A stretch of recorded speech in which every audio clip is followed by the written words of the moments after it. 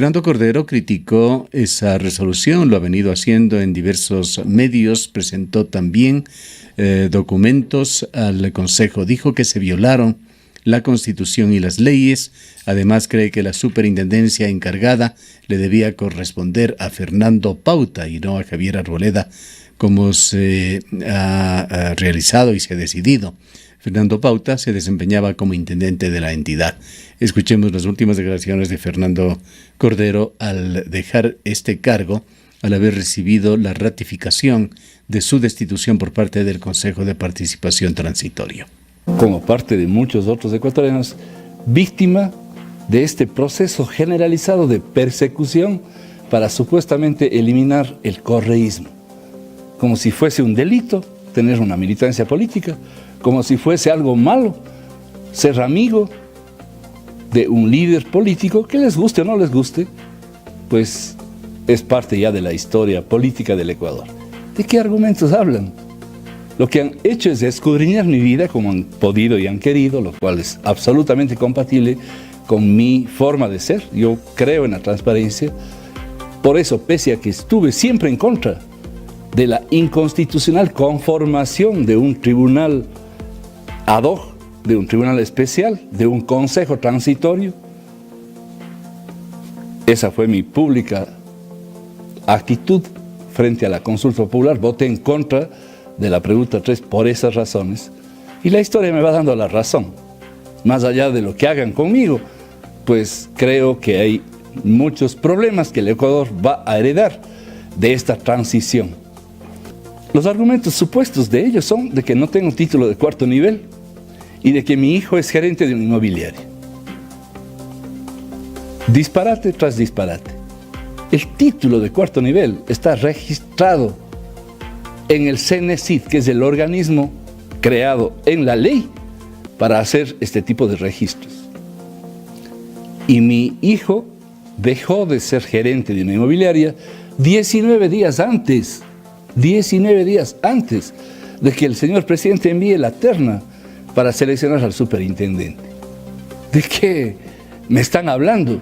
Y eso es todo. El resto han tenido que votar porque no encontraron nada. Han tenido que, contra su voluntad, seguramente los supuestos evaluadores han tenido que decir que he manejado con transparencia, como siempre lo he hecho a las entidades públicas que he servido, que pese a que no tenemos ni un año, la transparencia en la Superintendencia de Ordenamiento Territorial cumple al 100% todos los parámetros exigidos para el sector público, que los fondos públicos se han manejado aquí con pulcritud y con exactitud. Declaraciones de Fernando Cordero Cueva, quien tras conocer la decisión definitiva del Consejo de Participación Ciudadana y Control Social Transitorio, ha puesto en su cuenta de Twitter: transitorios tuestan granizo, violando la Constitución, la ley, arrogándose facultades y funciones. 5 integrantes del Consejo de Participación Ciudadana y Control Social votaron no por la razón y la verdad. Fabricaron razones, entre comillas, mentiras, entre paréntesis, para votar y cesarme anticipadamente. Bienvenida, Margarita. ¿Qué comentario merece este capítulo más, uno de tantos que cierra el Consejo de Participación Ciudadana y Control Social al provocar una reorganización de este que fue el organismo creado en los últimos días del gobierno del expresidente Rafael Correa, la Superintendencia de Ordenamiento Territorial? Muchas gracias, Gustavo, por la invitación. Muy buenos días a todos, a todas quienes nos escuchan por Ondas Azuayas. Sin duda, el arquitecto Cordero votó en la consulta popular en contra del punto 3, justamente lo dice en sus declaraciones. Sin embargo, la mayoría del país pidió una reinstitucionalización del Estado. Habíamos estado en una especie de Estado administrado por un autoritarismo total y además cooptado por todas las instituciones del Estado, cooptadas. Entonces creo que el país por fin reaccionó, se dio cuenta del camino por el que nos estaban conduciendo y decidió pues apoyar este cambio y darle la potestad al Consejo de Participación Ciudadana y Transitoria, pues realizar estas evaluaciones, y ahí están los resultados. Les guste a quien no les guste, porque claro, a nadie le va a estar de acuerdo que le evalúen y que le saquen del puesto que aparentemente estaría direccionado hacia esa persona. Dos detalles que quizá vale la pena comentar de este hecho, de este capítulo. Uno, que una de las razones para haber ratificado la decisión del Consejo de Participación Transitorio es que Fernando Cordero no pudo documentar el tener un título de cuarto nivel. Y esto se dio siguiendo una regla que fue impuesta en el marco del gobierno del presidente Rafael Correa, justamente, cuando el Consejo de Educación Superior y la CNESID decidieron no reconocer los denominados títulos propios de las universidades españolas, que entendemos uno de este tipo de títulos le habían otorgado a Fernando Cordero.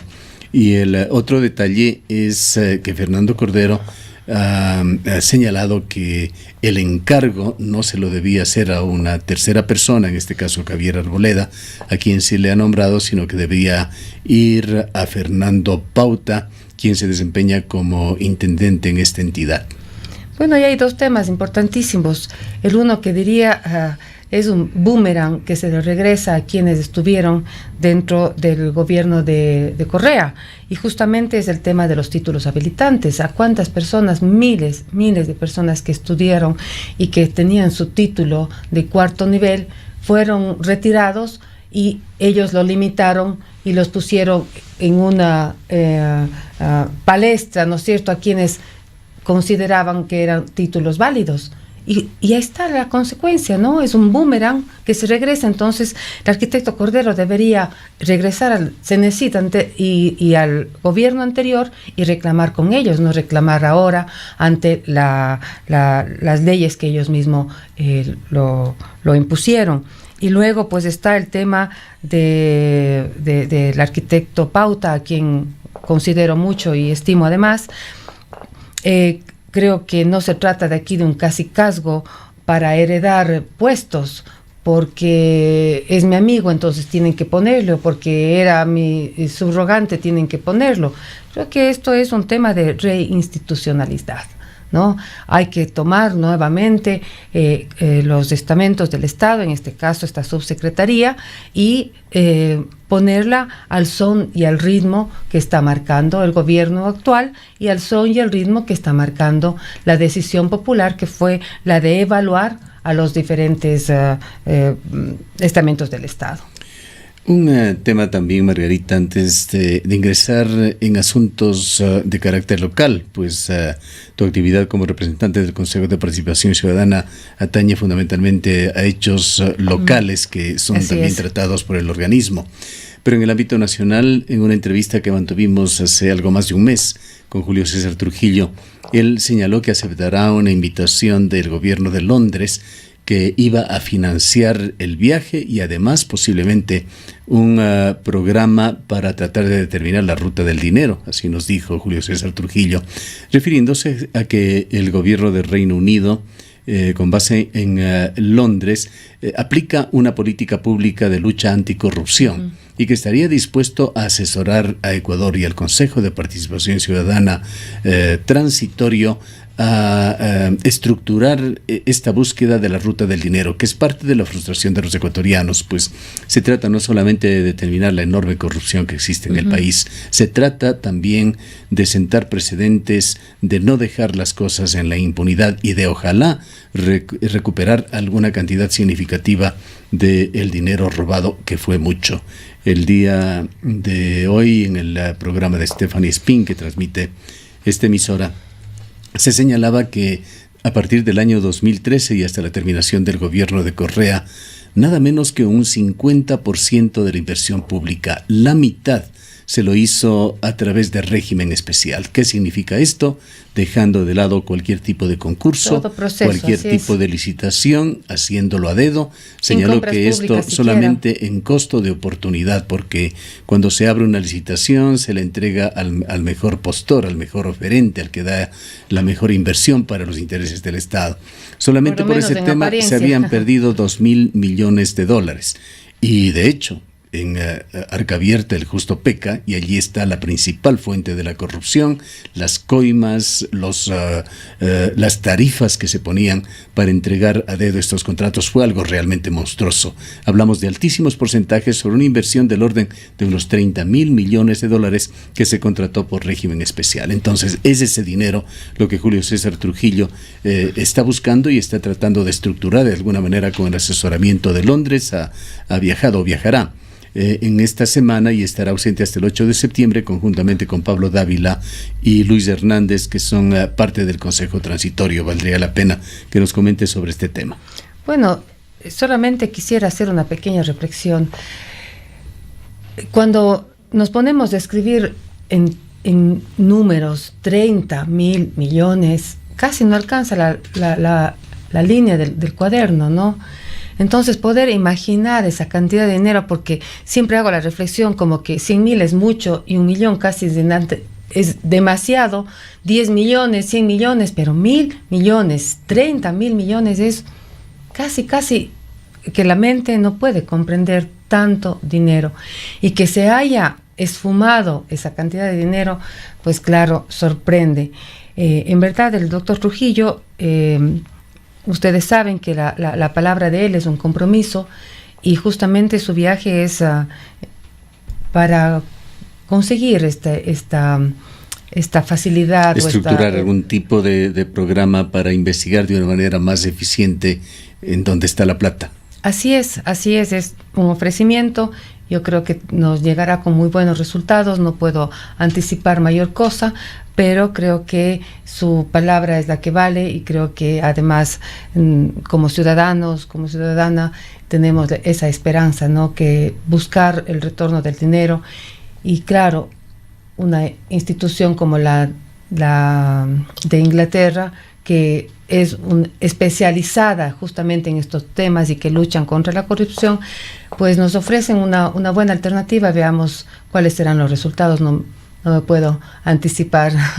Así es, sí. Pero se espera que algún programa efectivo se estructure.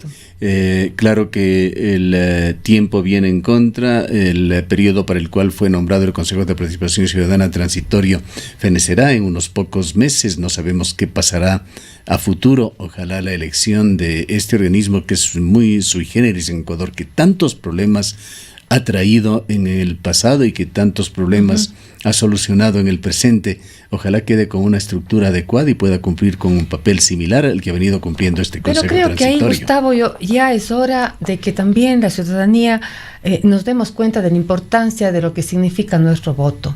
Está convocado ya a inscripciones para que los candidatos o los posibles participantes en esta lid electoral lo hagan en el Consejo Nacional Electoral. Considero que nuestro voto es absolutamente decisivo. Escoger a quienes van a estar en el Consejo de Participación Ciudadana y Control Social. Esto va a estar en manos de los ciudadanos. Está en manos de los ciudadanos. ¿Cómo se ha venido estructurando esto? Será una plantilla grande, ¿no? Para evitar lo que se hizo antes, esto de la cooptación, que era justamente lo que tú comentabas al inicio, pues todos los organismos fue elegido a dedo. Todos fueron elegidos a dedo, el Consejo de Participación Ciudadana, el Consejo Nacional Electoral, fueron elegidos por el gobierno de Correa. Entonces, por eso es que vivimos una especie de absolutismo, ¿no? Uh-huh. Pero creo que ahora es la oportunidad del país que cada ciudadano valore su voto. Si bien es cierto que va a ser difícil la elección, porque vamos a tener una sola plantilla en un principio, inclusive de aquí de la Comisión Nacional Anticorrupción salió la propuesta de que se haga por zonas, ¿no? Las diferentes zonas que está dividido el país, pero se ha decidido pues hacer una sola plantilla. Tendremos tal vez 1 o 2 hojas donde escoger y ahí es donde tenemos que pensar bien a quiénes vamos a poner en el Consejo de Participación Ciudadana. Ya no está en manos del Estado, está en nuestras manos. Y por ello también nosotros estamos llevando y desarrollando un programa intensivo de capacitación para que la ciudadanía conozca los diferentes mecanismos de control social y de participación ciudadana, para irnos empoderando sobre esta necesidad de considerar nuestro voto como valioso, ¿sí? De uno a uno vamos sumando y vamos decidiendo sobre a dónde y cómo va a ir el país. Entonces, más bien invitar a la ciudadanía, si tienen grupos ciudadanos, si tienen colectivos, si tienen, no sé, estudiantes, que se comuniquen con nosotros, porque estamos llevando a cabo una serie de talleres para dar a conocer los diferentes mecanismos de participación ciudadana. Es necesario, es indispensable elevar el nivel cultural de los ecuatorianos, porque realmente lo que Ecuador ha hecho con su voto ha sido un verdadero desastre en muchas ocasiones en el pasado. Quizá vaya cambiando esto. Una población educada, una población que lee, una población que se informa, ahora, que se interesa por el presente y el futuro del país, puede tomar mucho mejores decisiones. Sí, creo que es importantísimo. Los jóvenes a partir de los 16 años son un rango muy alto de votantes, y hay que trabajar con ellos. Hay que trabajar con ellos para enseñarles lo que es una verdadera democracia. Quizá nunca más volvamos a escuchar en el país: roban pero hacen obras, como un justificativo para dar el voto por determinados políticos. Es que lo que pasa es que el robo se ha vuelto pan de cada día. Y le digo esto porque, hablando de pan, ya no hay el pan con vendaje, porque ahora inclusive la persona de la tienda, 2, 3, 5 centavos a uno le retienen.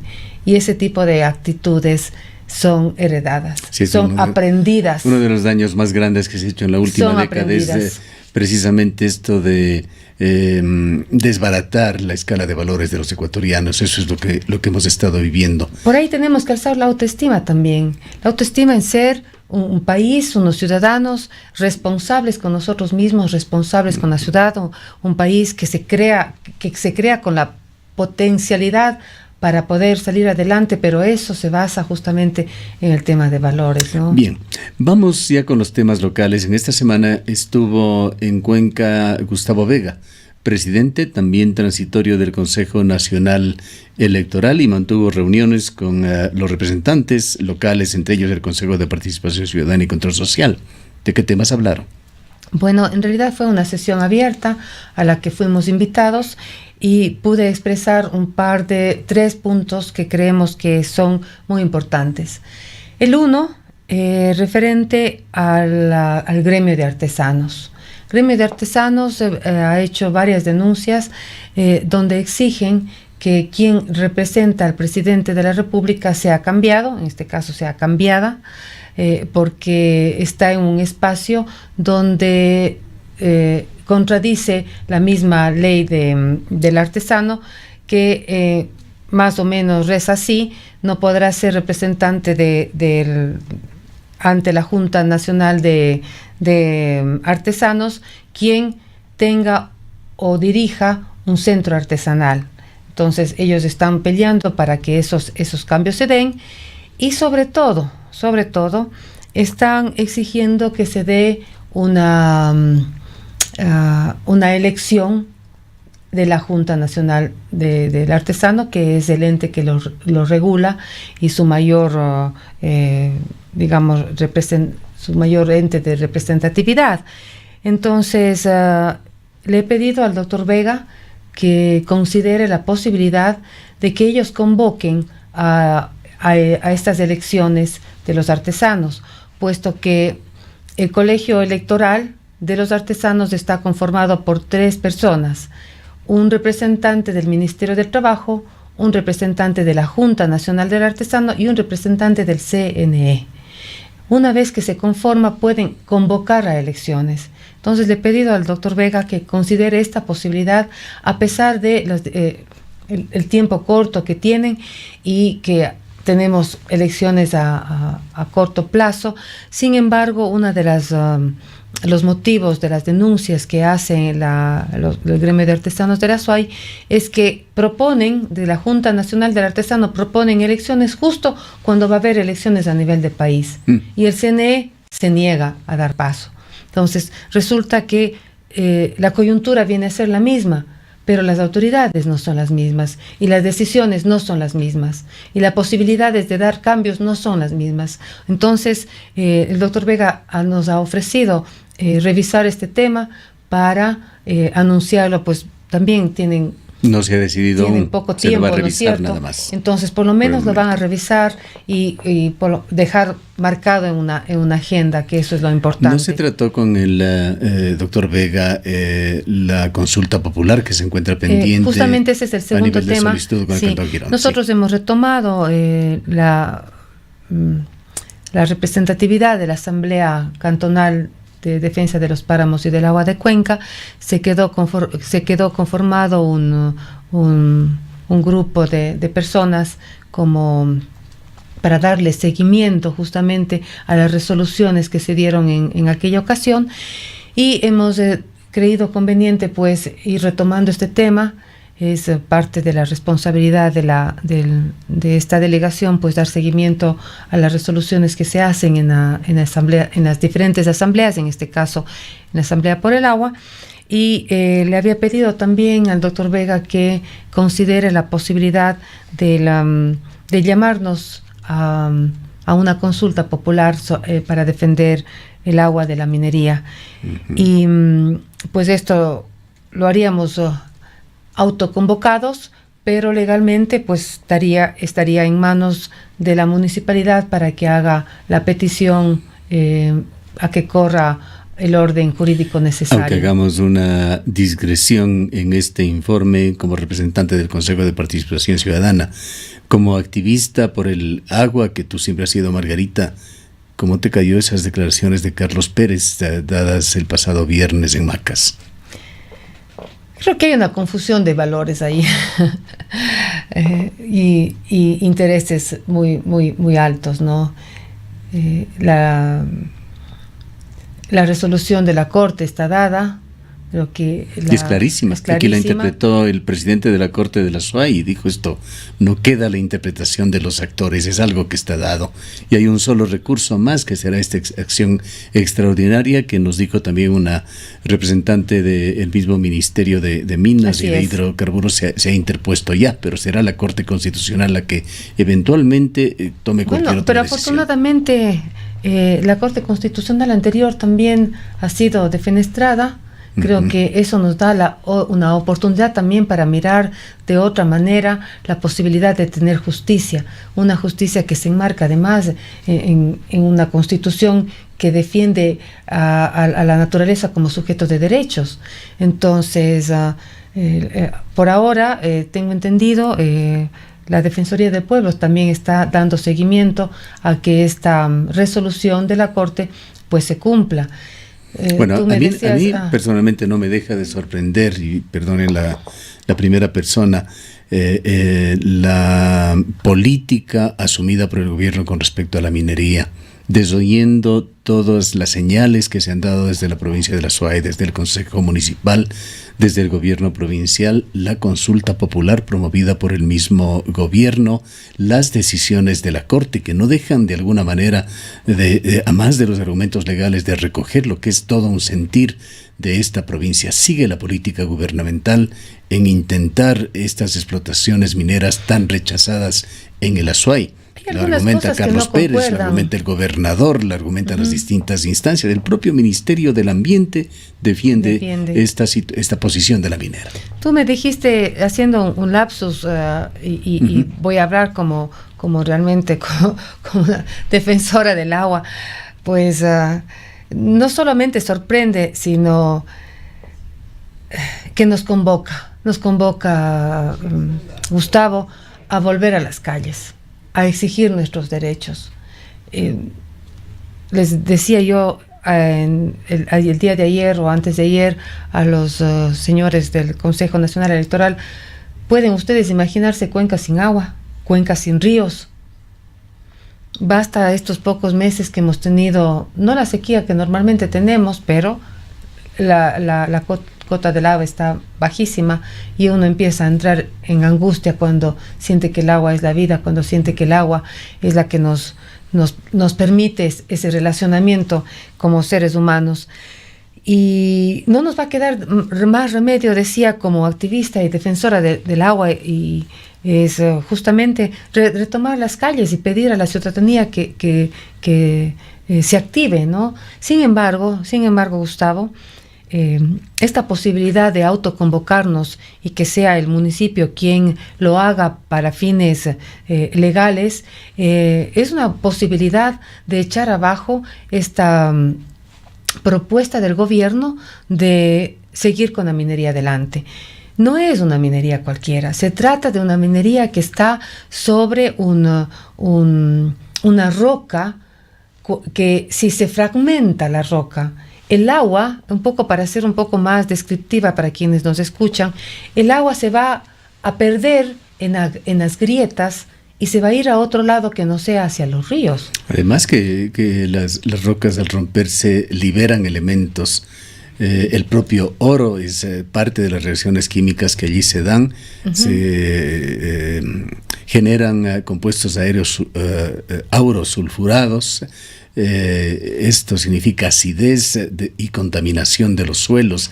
El asunto no es así nomás. No es así nomás. Y se lo trata con tanta ligereza por personas que incluso lo conocen. Pues hay algunos expertos en el Ministerio del Ambiente, por ejemplo, que fueron ecologistas, están ahora en una posición oficial y han cambiado diametralmente su forma de pensar. Eso es lo que no se puede entender, Gustavo. Vamos a dejar que continúes y culmines tu informe, Margarita, pero antes quisiera señalar que aquí va a haber un importante foro de la Cámara de Comercio Ecuatoriano-Americana. Este foro ha traído a muy destacados interlocutores, exponentes. Ahora lo va a hacer con el ingeniero Carlos Pérez García. Creo que será una muy buena oportunidad para que ojalá ciudadanos conscientes de la ciudad de Cuenca le escuchen a Carlos Pérez y le den también respuestas sobre el sentir. Cierto es que el esquema con el cual se ha organizado por parte de la Cámara es con una serie de exponentes promineros, hasta donde podemos entender. Está Carlos Pérez García, ministro de Hidrocarburos; Raúl de la Torre Prado, experto legal en temas mineros, en un estudio conocido de Quito, Pérez, Bustamante y Ponce, estudio de abogados. El ingeniero Leonardo Núñez, director de la Escuela de Ingeniería en Minas de la Universidad de la SUAY. El doctor Sebastián López Hidalgo, experto en temas constitucionales relacionados con la actividad minera. Aquí me parece que el doctor Sebastián López es uno de los que estarían en la orilla contraria, pues si no me equivoco es la persona que interpuso un recurso justamente en el caso de Río Blanco. Este conclave será el 12 de septiembre. La entrada, si bien es pagada, es libre, cualquier ciudadano puede hacerlo, y ojalá personas que puedan expresar una voz representativa de la SUAY estén allí para discutir esto sea de una manera racional, como no puede ser de otra forma con el ministro. Hay veces que tú dices, para discutir de una manera racional, hay veces que la razón pierde sentido frente al poder y el interés del dinero. Entonces se necesita más que razón, Gustavo, se necesita un entendimiento que puede ser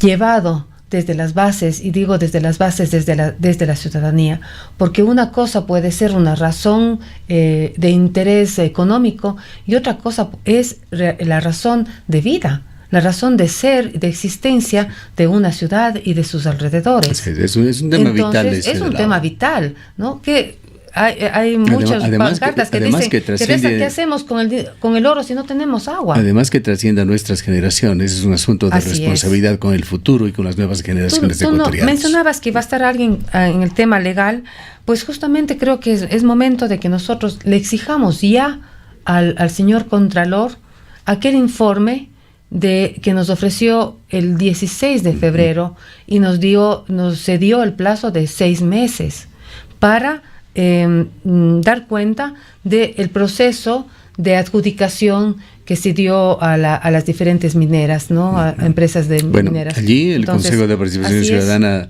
puede actuar. Podemos actuar. Puede activar ya lo hizo el doctor Trujillo, lo hizo hace unos 15 días más o menos. Esperemos que ya se dé. y creo que hay que exigirlo. Y el otro tema es, claro, el ingeniero de minas, ¿cómo no va a defender pues su derecho al trabajo, ¿no? Pero no se puede defender el derecho al trabajo cuando va en desmedro de la población y de la vida. Bueno, más allá de esta digresión. Un tema sí, que tengo también pendiente, que habíamos tratado justamente con el doctor Vega, con el CNE, es una propuesta de acompañamiento a una veeduría que la estamos levantando para acompañar las diferentes, la pre-campaña y la campaña que se nos avecina electoral, sobre el gasto electoral, ¿no? Una pre-campaña que hemos visto ya se está dando y que no solamente va a tener un tinte de acompañamiento, de control en este proceso de pre-campaña y campaña, sino también la intención es sugerir, ¿no? Valorar las declaraciones que los diferentes y las diferentes candidatas a los espacios que van a ser de votación lo hagan sin sexismo y sin machismo. Lo que ese es un derecho de la ciudad, es un derecho a la provincia, y nosotros pues estamos apoyando esta veeduría y hemos pedido al CNE que nos haga el acompañamiento debido, y creo que es la oportunidad para que se dé un proceso, digamos, donde los gastos del Estado no se enmarquen o no se diluyan en una pre-campaña y en una campaña. Más bien hago la invitación a quienes les interesen participar de esta veeduría para que se sumen y nos vayan acompañando. Bien, gracias Margarita por tu presencia. Ha escuchado a la señora Margarita Arias, representante del Consejo de Participación Ciudadana y Control Social Transitorio en la provincia de La Suay, las 8:20.